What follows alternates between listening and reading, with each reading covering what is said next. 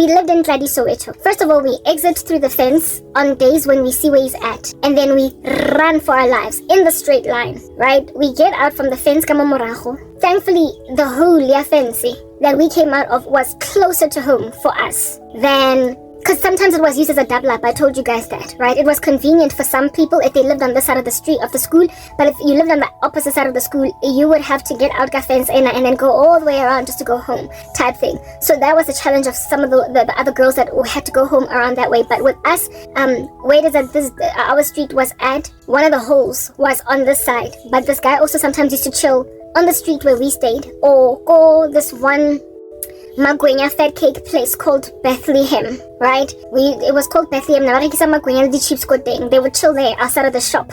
So we were opposites the Bethlehem, right? It was on the other side. But sometimes this dude would be here and not so much go Bethlehem. So on the days when he was at Bethlehem Magwenya joint, we would of course use the street where we lived, and there was like a whole big chunky soccer patch in the middle. So if he decided to run after us, we would have enough time to run home, right? But on the day when he was on this side of the road, the hole that would be used was on the other side of the school, and we would then run down the street, go straight to Bethlehem, my goodness, and then go around some church, and then only get home. Like, it was like a whole thing. But this dude, on the days when we didn't know when we could not sight him, when basically he was not in our line of sight for us to,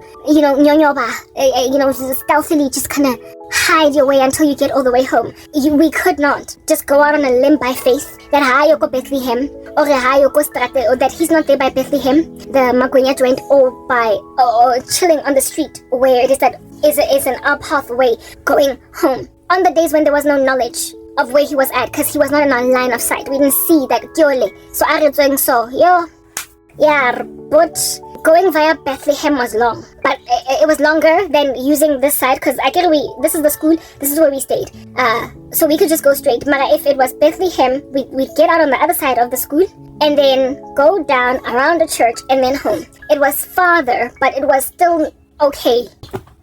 Thank God we were children, right? Utmost stamina, height of our physical strength.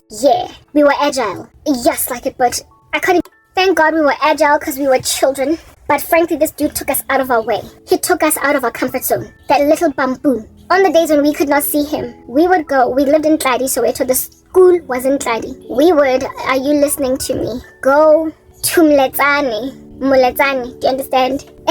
And then go on the main road that was bustling with activity. Because remember, this guy hated adult presence, the presence of other teenagers that were his age. Anybody that was basically, that could handle him, kariwashing. He would never in front of these people hurt. So we would use the path of most company. Like the route that would, even if he just so happened to be there, he would probably just let us walk by.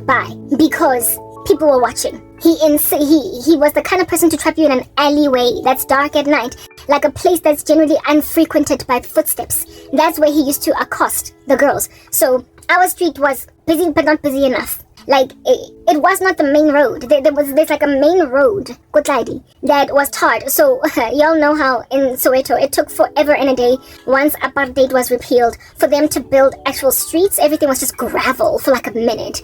But for main roads, like arteries of Soweto were tarred, but the inroads were just gravel. It's ridiculous. Okay. So our street was gravel. Bethlehem Street was also gravel, but the main road was tarred. And that's where taxis were up and down. That's where lots of bustling activity. That's where people were going to and from work. That is where people got off, like the main stop for the taxi were at. Just a bustling main road. And it's like a lot of activity. That's where people were chilling outside of their gates, just looking at people pass by. Having conversation and all that jazz. Like basically the activity of Soweto, you know how it goes, right? Yeah, the main road had all that activity, and it was our best chance of getting home without being accosted by this freak. So on the days when he was not in our line of sight, we would run like no man's business out of the school, right? Using the main gate. Because you see, this is the school. The main gate was perhaps like, let's say the school is here. The main gate was here. And then if at all we're not using the hole in the fence that is like at the back of the school here to use the route to go home, we would exit through the gate and then go around that way and then travel on this road. So go around and then travel on this road to go home. That was when in simpler days and easier days when nobody was giving anybody grief. There was a fence, a gate that they would open in the mornings only. At the back of, like on this side of the on this side of the school, they would open it in the mornings only for us to go in. But in the evening, in the afternoons, this gate was closed and it stayed closed, and kids would have to now use the gate akamontle with the double gate thing.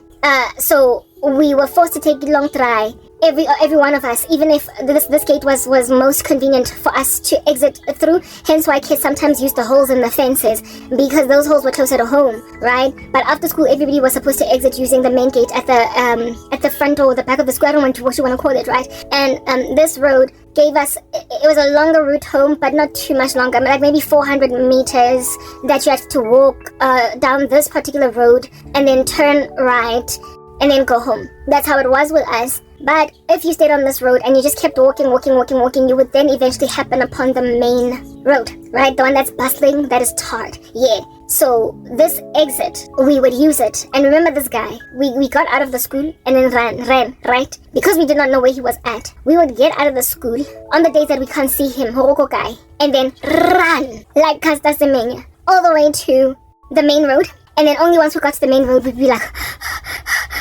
stop breathing. But yes, like the main road was in, like, to get to it, it was the beginning of it, at the very uppermost of it was Moletsane. It was basically, how can I describe it?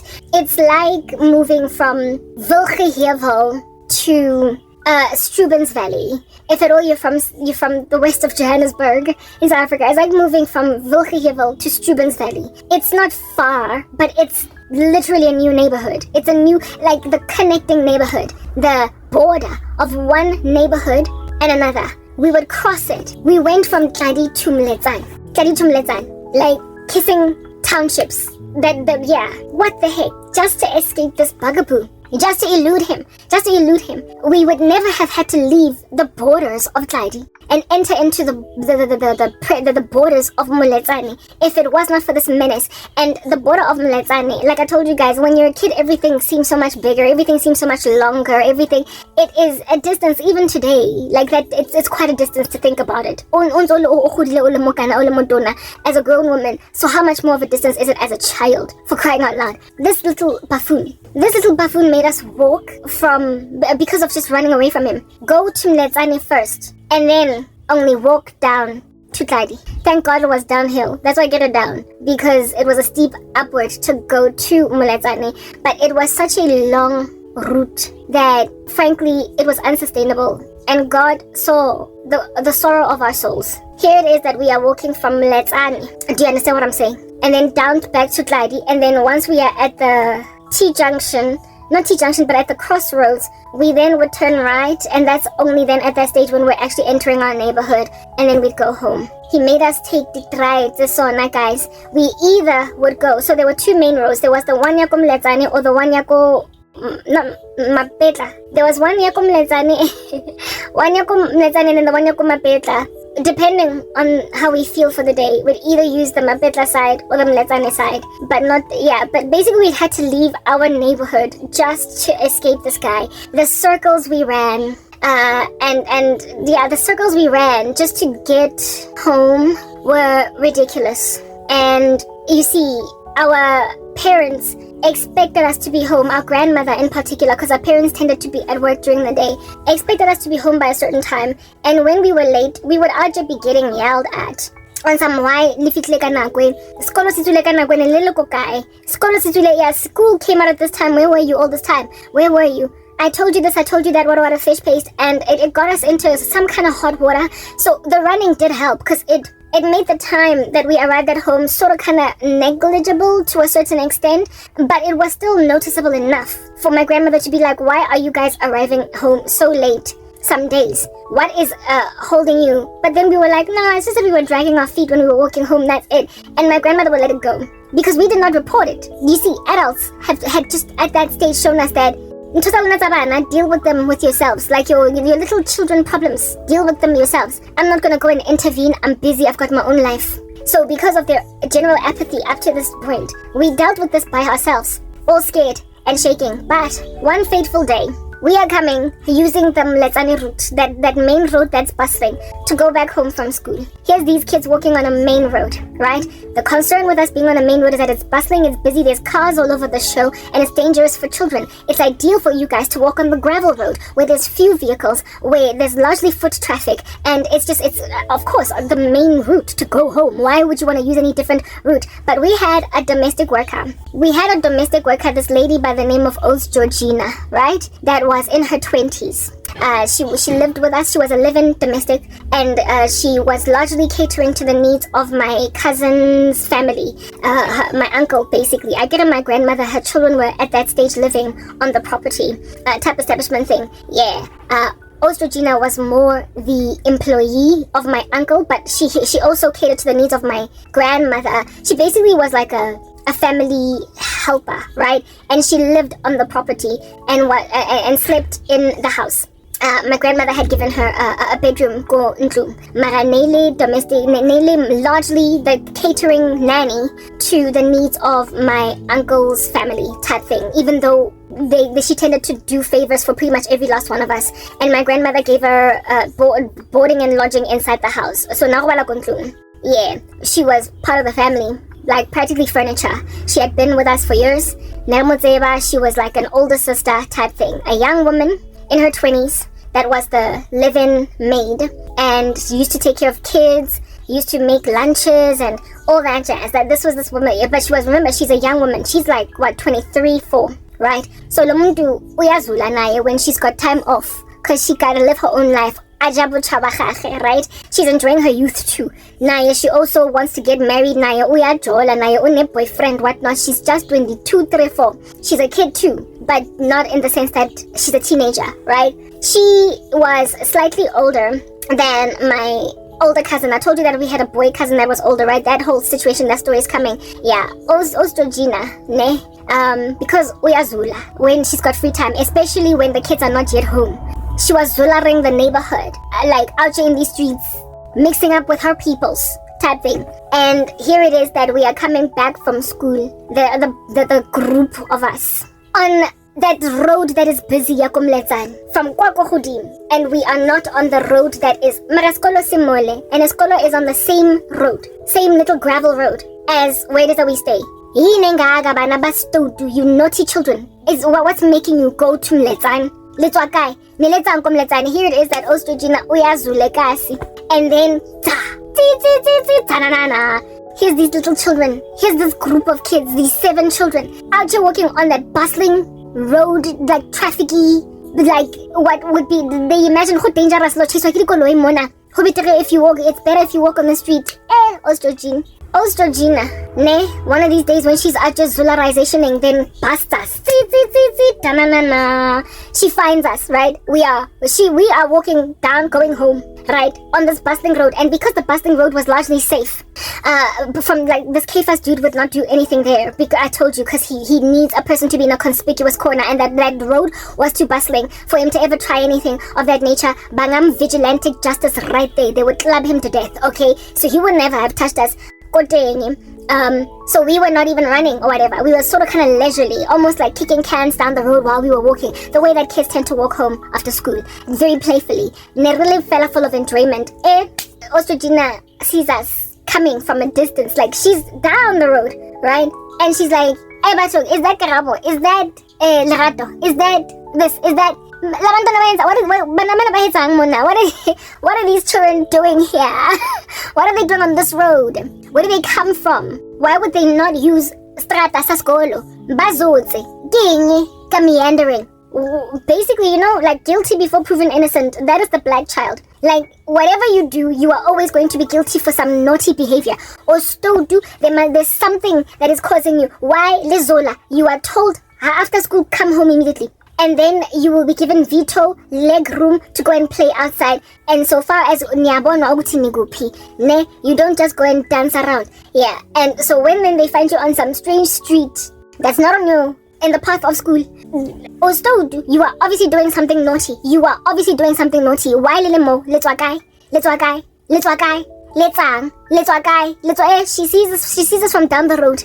And then stands there, waits for us, right, to get all the way down. And then we see her. We see her, and then she's like, hey Luna. She's like, hey Luna, why are you here?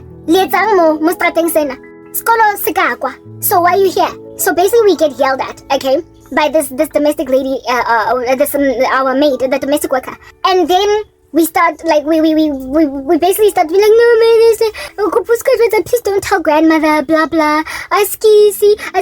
We cry like we're guilty. Because in the black community, when you get caught doing something you're not supposed to be doing, you're facing a rod, you are facing a whip, you are facing trapums, you are facing getting a beat down, you are gonna get spanked, okay? And so we started to cry because meandering around Soweto, running away from this guy. This woman obviously This woman obviously is gonna paisa us. She's going to tell on us. She has no reason to keep it a secret. It's not like we had that kind of relationship with her. It's not like it was one of those, the maid and the kids have a special relationship, and so because they have a special relationship, the parents don't need to know some of the stuff that the girl is doing. And to her, we were ill-disciplined and out of line, and we were going to get told on, and we were going to get disciplined so we don't use that road, because apparently it was for our safety, right? Because it's bustling, it's got cars all over the show, and when we are here, there's a risk that one day on someone. So we had to, of course, get a beat down, to get whipped, so that we stop using the route that is putting us in danger. So she's going to tell on us, because apparently it's safe for us. It is in our best interest that we get told on, okay? That we get paisat. It's in our best interests. So we out here crying, and she's out here on some, why? And then she takes us, and we are like sobbing, and we are going home, and we are like, no, Mara, we're speaking underneath our breath on some kifas. We were running away from kifas.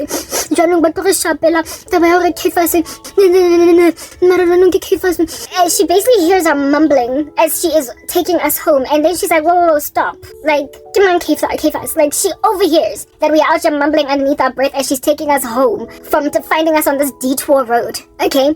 And she's like, okay, Emma, okay, happy. Why are you here? Like, why are you on the strata? And eventually one of my older cousins, is like, that's what she said. There is this boy that's basically chasing Lerato around that we're running away from. There is a boy that is silly that we are running away from, That's all that she said.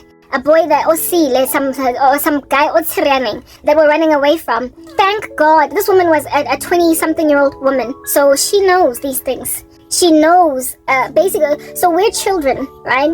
In terms of seedy, perverted stuff, we don't really see it as such. Like a whole pervert in an alleyway that's trying to have sex with a child is not going to be seen as a pervert in an alleyway that's trying to have sex with a child. It's going to be seen as an adult that must be obeyed or respected. And when then they start whipping out their manhood in front of a kid, she's not going to see anything wrong with this. But when you're 23 years old and you are sexually active and you know how boys are, you've gone through high school, you then immediately realize that, whoa, there is like a lurking pervert that these kids are scared to speak about because they don't understand what this is. They just feel as if though these kids just feel as if though this is the way that Hlongwane, and like I said, it's guilty before proven innocent in the black community. So whenever something happens to a child, it's like there's an almost kind of automatic self-blame for everything that happens to you. Like, you're a bad girl and that's why you're getting raped. You're a bad girl, that's why you're getting slapped.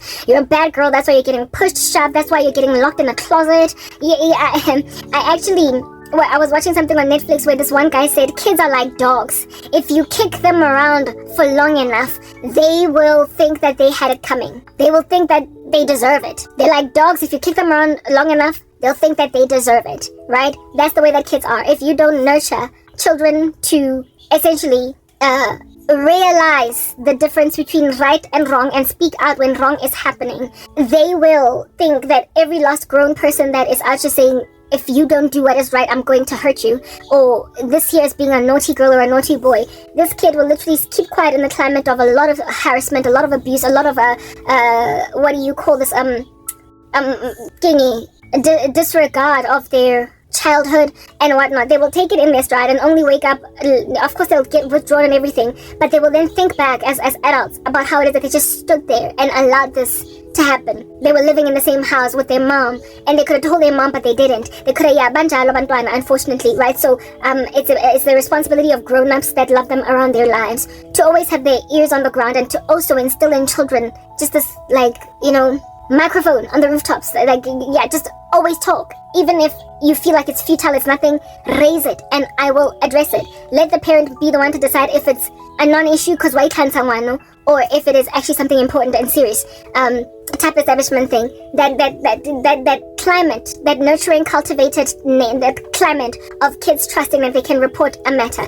It needs to be created by the parent set. It needs to be created by the adults around. If they don't create it, the kid will get abused under your nose and you won't know. They will just withdraw.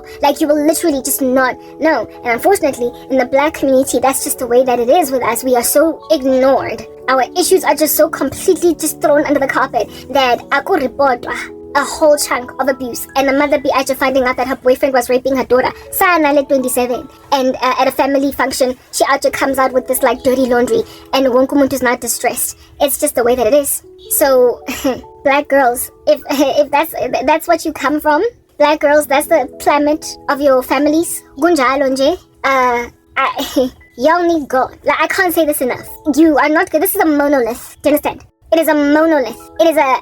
It's not an immovable structure, but it's deeply rooted enough in the community for you to recognize that absent of divine intervention and unique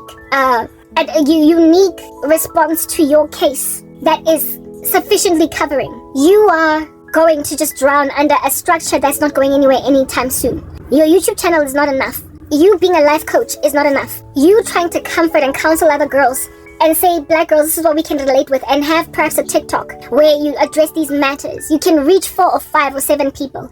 But bottom line is, the whole of the black community is entrenched in this monolithic structure that has got deep foundations. And it is literally every single unique woman for herself. And there is no one that can give you the kinds of ubiquitous protections that a woman generally needs in life but God. You are dealing with a monolith, and no amount of doing a TikTok or creating some kind of a self-help group, like some kind of a life coaching, self-pampering YouTube channel. No amount of creating awareness by writing articles in a blog, or like I said, speaking in a TikTok or a YouTube or Facebook, writing a post on Twitter to create awareness with your even 100,000 followers is going to change a thing. It's a monolith. There are people who don't have access to the internet, and there are so many inefficiencies of existence in the black community that they don't got time to be focusing on your psychological issues. They don't have time to, all of them as a concert, essentially transform, shift, and differently treat black children, especially black girls, so that there are sufficient protections to therefore stay criminals around the black community from eating whole like Pac-Man, our daughters. It's not literally no one is coming for you, black women. And I've said this over and over and over again. And when then you wake up to smell the coffee, that even if you can be a content creator with 500,000 subscribers talking about these issues, should you find yourself unfortunately raped, you will go to a police station that's going to find your tears irritating. As a woman with 500,000 subscribers talking about these issues, you will have a rape kit done by insincere nurses that could not care less. You will have a rape kit done by insincere nurses that are just going through the modes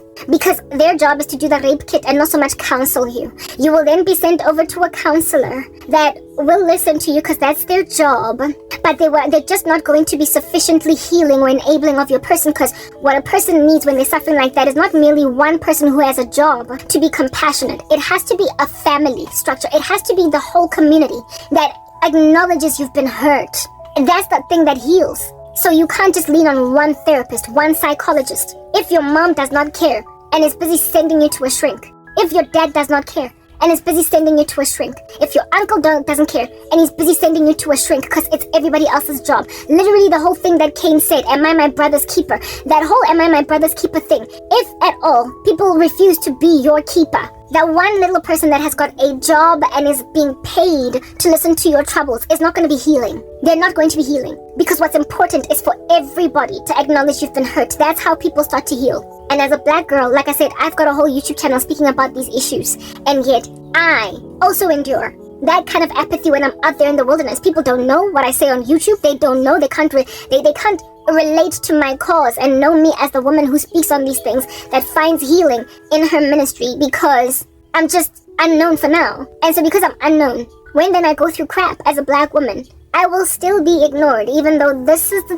very thing I'm always talking about in my channel. This is the very thing I'm always raising in my channel. The black woman is ignored. Yeah, true, but like, who's coming through for me? Who is coming through for me? So it's not enough to try and create awareness, because like I said, this thing here is a monolith. It is deeply entrenched in the ground. Its roots are wide and they are deep. It is not impossible to uproot, but it is highly unlikely to be uprooted in your lifetime. And it is also highly unlikely to be uprooted before you are damaged goods. Therefore, how do you protect your unique self from this monolithic structure finishing you off? That's where you start to lean on the fact that God is a father to the fatherless. That is when you start leaning on the fact that God takes up the cause of the widow and of the orphan. That is when you need to realize that in the absence of a monolith being corporately uprooted by everybody, you are never going to breathe but for God. He is literally your only way out. Righteous indignation is a thing. I spoke about that earlier. Here it is that Ostrogina is yelling at us, right? Here it is that Ostrogina is yelling at us. Eventually, enough of us mumble underneath our breath that Kefas. Then she's like, whoa, gee, stop. Who's that? Kimango Kefas. Eventually, one of my cousins is like, basically, she's out just saying, we have an excuse, even though you don't care. This kid is speaking about how it is that we have an excuse, but obviously you don't care. You're still gonna get us beaten by grandmother. You're still gonna get us told on. You're still gonna get our parents whipping us. But there's a boy we're running away from, but you're still gonna whip us. That's how we responded. But thankfully, she was grown, and she knew that this is actually dire. It's deep. Here it is that kids don't have an environment that has cultivated, that has nurtured, that has created the. Here it is that kids are in an environment that has not made it easy for them to report issues. They are self-incriminating. They are self-purging. They imagine that they're guilty before they're innocent because they've been ignored and rebuffed so much every time they brought anything up that they are now scared to finally report something that's actually really very, very, very, very dire. Something that is actually really important, something that is problematic in a way that adults ought now stop just writing a child off as uyazihlanyisa, but realize that, okay, like, ushubile manje, like, whoa, there's like a whole pervert that's pursuing our children. So our mumbles caused her to simmer down as we are walking home, and she's out there yelling at us, right? And then she starts to basically, she pauses us and is like, okay, before we go home, and I tell grandmother what's going on over here. Calm down. Explain. Liring. What is going on? What's happening? Yeah, so she basically like now pulls the information out of us, right? And as we're crying, we're like, almost just indeed like what happened in the UK with that teenage girl following some sexual predator following some sexual predator that was out here kidnapping a 7-year-old, 8-year-old kid, 11-year-old kid, and she says to this kid, are you okay? Are you okay? Are you okay? Are you okay? Are you okay? And this kid, after enough, bantering of this chick, finally is like, I don't know who this man is. He's not my dad, etc. Yeah, it took all that for the domestic worker as well to be like, what? Okay, fine. Like, what's going on? And when then she finally was like, what's going on, sufficiently because she overheard us mumbling concerning Ukefas, my cousin, that is Lerato, right?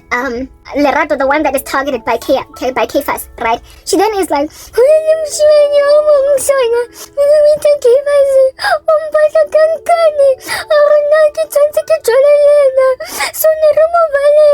basically she's like, there is this boy that's forcing me to be with him, and so we were running away from him. We took the long route in order to try and elude him. Alright? And then this lady, our domestic, right, is then like, how long has this been going on? She gets all the details, and she realizes that this has been a weeks-long issue. Like, it's been going on for some time now, and we've been coming home a little late because of this, and all the time. Like, the entire time we've been helping my cousin, taking the long drive for her on her behalf, running away from a local menace, running away from a local terrorist. Do you understand what I'm saying? And when she realized the seriousness of the situation, essentially she realized that Jack Brown Lana, we're dealing with the Jack Roll. We are dealing with a rapist that's trying to take the body of an 11-year-old girl. We were under 10. 8, 9, but she did look a little bit older, right? Here it is that we're dealing with some freak trying to sleep with a 9-year-old, an 8-year-old. The lady rightly recognized it for the dire situation that it was, but just the fact that we kept quiet for so long is the thing that I'm actually trying to appeal to black women concerning. You can't bottle stuff up and try to protect yourself from the cagey way that people react to black people, to black especially women. You can't just take it, because you're going to eventually, in your own strength, in trying to run away from Kefas, you are going to eventually get accosted by him. One day, because herein lies the deal. This dude was all over, this dude was all over the Kasi. He was zolaring everywhere, touching base everywhere, and we were kids. And you know how it is with kids. Like, we get sent everywhere. We get sent to the shops to go buy bread. We get sent to the shops to go buy ice. My grandmother had, what do you call this? She used to sell the pia and whatnot, and the kouku, makipipi mazimba, di mayo. She used to have like a basic like little spaza shop thing going down. And the stock, we were sometimes sent to go and buy it. Largely the stock for her business was purchased by my older cousins who were out of school already. But sometimes my grandmother would send us. If at all, either they were not around or they were on a different errand, we would then be sent to go and buy makipipi, mazimba, whatnot, and then we would walk home carrying these things and then take them home type establishment thing. We were always going barefoot to the stores to go and, like I said, buy makipipi, buy mazimba, buy boro, tolebese, whatever, like bread, milk, whatnot. We were always being sent, and this guy was out there in the wilderness. Even on weekends, he could be Godzeles. He could be at the shop where we're going to buy mazimba. He was just a threat to us all. He was just a violent threat to us all. Do you understand what I'm saying? So, as much as we could strategize around escaping him from school, we could still get caught or found wanting by him on the weekend, even though it was rare on the weekend, because he tended to stick in generally the general vicinity or area of the school, because that's where he used to live. He tended to stick around there, but still that was always a threat. So this rando was just lurking. He was always a threat. He was always something that was going to creep up the skirts of people, and he needed to be apprehended. It's that basic, like this little animal needed to be apprehended. So ultimately, the domestic worker discovers that we are dealing with quite the situation on our hands. And he is old, right? He is a big boy, and he is exploiting little girls. So the domestic worker, then we get home, sniffing, teary-eyed and everything, and then she releases this information to my grandmother on some, I found these kids on the bustling main street on the side when I was zularing, and this is what they have to say. There's a boy that's harassing Lerato, and apparently this is what he does. He has a reputation. Basically, she gives the whole story, right? He accosts kids at her school, forces them to jola with him, and then takes them to his place and apparently, messes with them and makes them do din totsabachwabacholo. And she's actually now telling my grandmother. We are expecting my grandmother to yell at us and shout, but instead my grandmother immediately just got on the ball to essentially hook up some kind of a protection strategy. Do you understand? She realized that abantwana are in trouble. Our girls are going to get raped by some idiot, by some monster. And they would never have said anything if Ostrogina didn't find them bazola. If Ostrogina did not find them wandering the wilderness like the Hebrews in the Old Testament. Frankly, this would have, not ended well. at some point maybe this Kefas guy was going to get a hold of Lerato or of any of the other girls at some point, right? So my grandmother gets straight to work. We don't get hit. We get left alone. We don't get punished. We're still halfway waiting for punishment. Nothing happens. And then the solution then is embarked on. Later on that evening, our male cousin, like a boy that was like perhaps maybe 18, 19, 20, right? Out of school, but also quite young. And he was like buff. He was like into lifting weights and everything. In size. Type establishment thing. My grandmother was like, let's say his name was Stephen. She was like, Stephen, busy. There's like a boy that's busy intimidating, threatening the kids every single day. I want you to not only walk them to school in the mornings, but I want you after school. I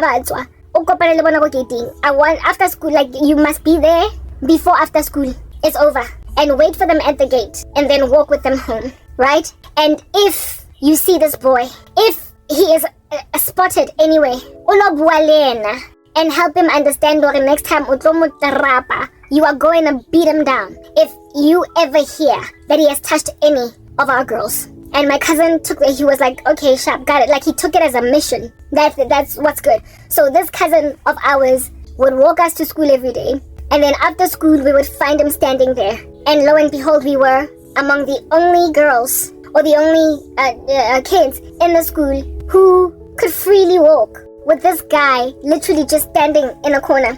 As a movie, as I'd say anything. And he had accosted my cousin and he had said, when are you my girlfriend? Yeah, well, he never touched her ever again. And this became a thing until literally that guy disappeared. You see, the Bible says, I once saw a wicked man spreading himself like a green laurel tree. And then next thing I looked for him in his place and he was nowhere to be found. Wicked people just disappear. They just disappear. So this dude was like a terror in the school. But somewhere along the way, he just disappeared. My cousin, on the day, like, there was a day when we came out, and then we were like, yo, that's the guy. Right? And my cousin Wamlanda, and was like, Yazini, like, you better leave Abantwana Bagiti alone. Because otherwise, next time, you see how big I am. Because he was a teenage boy. Like, that's the thing. He became so freaking namby-pamby. He was just like a boy now, right? He was the scrawny little teenage boy. And my cousin was a buff 20-something-year-old man. And in the climate of my cousin, this was Kefas. And my cousin was like my palm. He was like this inferno. Well, he was like a wax figurine that could be melted. He was just a boy to my cousin. But to us, he was Kefas. He was huge. To us, he was mammoth, but to my cousin, he was something that could be engulfed by a wave. And my cousin told him, I dare hear anything about what you're doing la. Lay 5 more me. I can handle you, gili 1. Gili 5, fika a scheme. Gili 1. Titlalinsa. Ne. Marako hutamo. Le 4 of my own boys. I get one on a little howdy pinch. With whom you intimidate. Banaba moskolo. Yeah. Well, na.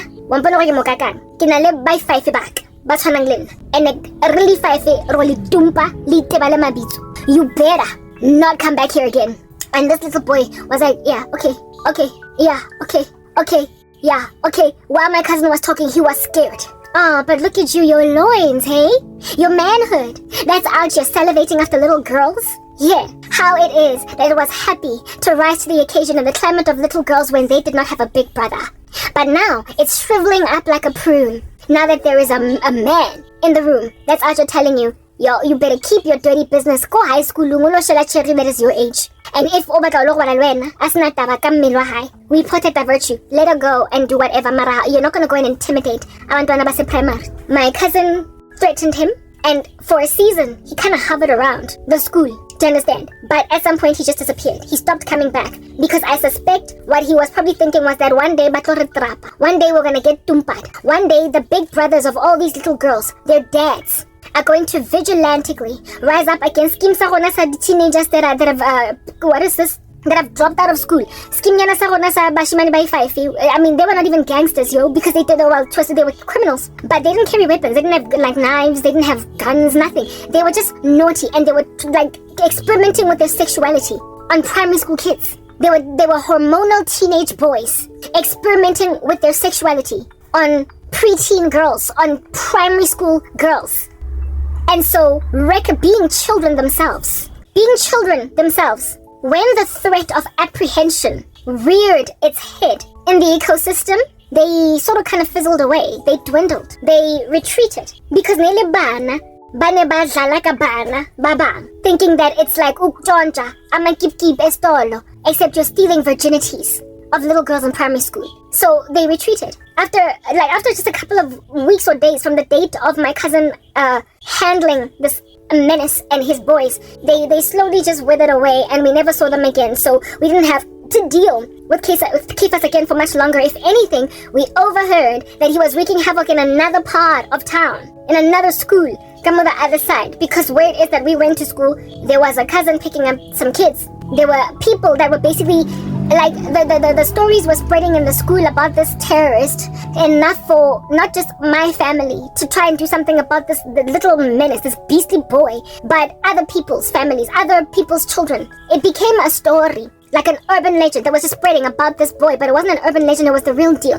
Yeah, it became a whole thing known. It was such a problem in the school that eventually this guy had to retreat because where it is that he was committing his crimes was starting to become hostile against him. There was now a brewing vigilantic sentiment against him, and I believe that that's what caused him to ward off, to leave. But that whole story, Sakefas, of course, y'all know I'm about that analogy business. I'm using it to help you understand the kinds of menacing miscreants, the creeps, just the worthlessness of the men that keep on harassing me right now. And I need to use the bathroom. Kefase was a scrawny little teenage boy trying to solicit sex from minor girls because he imagined no one was coming through for them. He imagined he could keep on intimidating them and hovering about them with his girth in comparison to their tininess, and just continue in this fashion, imagining that a bunch of intimidated children, Batudzing, would not be intervened on behalf of. Now, Kefas was not told on by us, right? We did not tell on him to our parents because they are generally negligent. They were generally negligent, or they were generally rebuffy of whatever it is that we would say. Because, apparently children must be seen and not heard. Nonsense. They need to be seen and they need to be heard too, right? Very well, azang sam paisa. But guess what paisa'd him? Our activity. We long dried. We came home a little late. We were acting shifty and cagey. We were self-medicating. But our self-medication was eventually busted. Because that's just what God does. When there is a monolith in the land, when there is a problem in the country, because war criminals walking around with their big bazookas, walking around with their big AK-47s, walking around with their big bombs, their rifles, whatever, are so intimidating to the village that nobody is ever going to raise the issue up with the United Nations. Nobody's going to raise it with Amnesty International. Nobody is going to call the police because generally the police tend to be in cahoots with a bazooka holder.